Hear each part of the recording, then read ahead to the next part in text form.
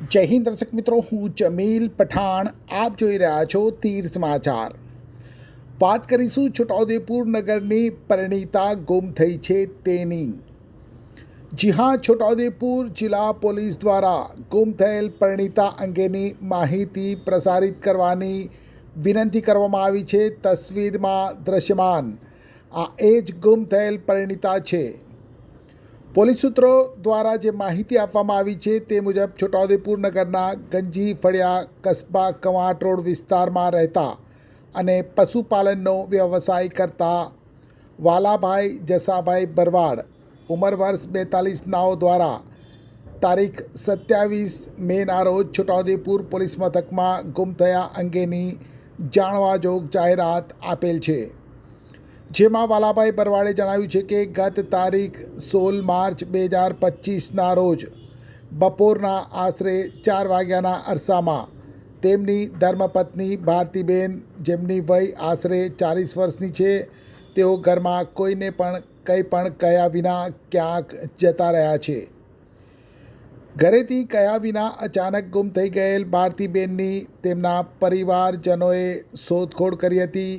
તમામ સગા સંબંધીઓમાં પણ તપાસ કરાવી પણ ગુમસુદા ભારતીબેનની કોઈ ભાળ ન મળતા આખરે તેમણે પોલીસમાં જાણવાજોગ જાહેરાત આપી છે. ગુમ થયેલ ભારતીબેનની ઓળખ અંગેની જે પ્રાથમિક માહિતી આપવામાં આવી છે તે મુજબ તેમની ઉંમર 40 વર્ષની છે અને ગુમ થયા સમયે તેમણે શરીરે ચણિયો, બ્લાઉઝ અને ઓઢણી પહેરેલ હતી. રંગે ઘઉં વર્ણના અને મધ્યમ બાંધાના આશરે 5 ફૂટ જેટલી ઊંચાઈના ભારતીબેનના જમણા હાથે કોણી પાસે મોરપીંછ દોરેલ છે અને જમણા હાથના અંગૂઠા ઉપર વાલમ લખેલું છે.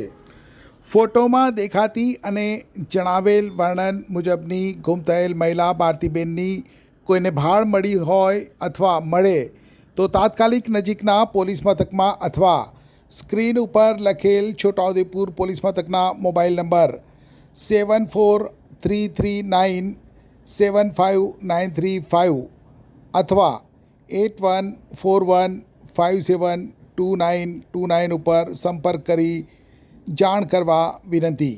ધન્યવાદ.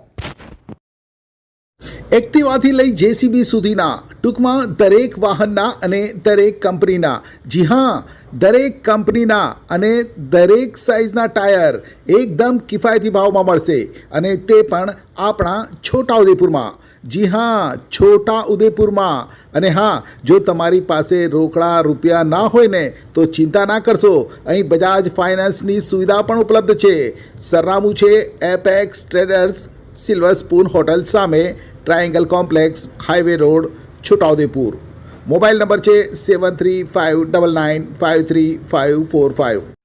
છોટાઉદેપુર સહિત રાજ્ય, દેશ અને દુનિયાના સમાચાર જોવા માટે સબસ્ક્રાઈબ કરો તીર સમાચાર અને બેલ આઇકોન જરૂર દબાવો.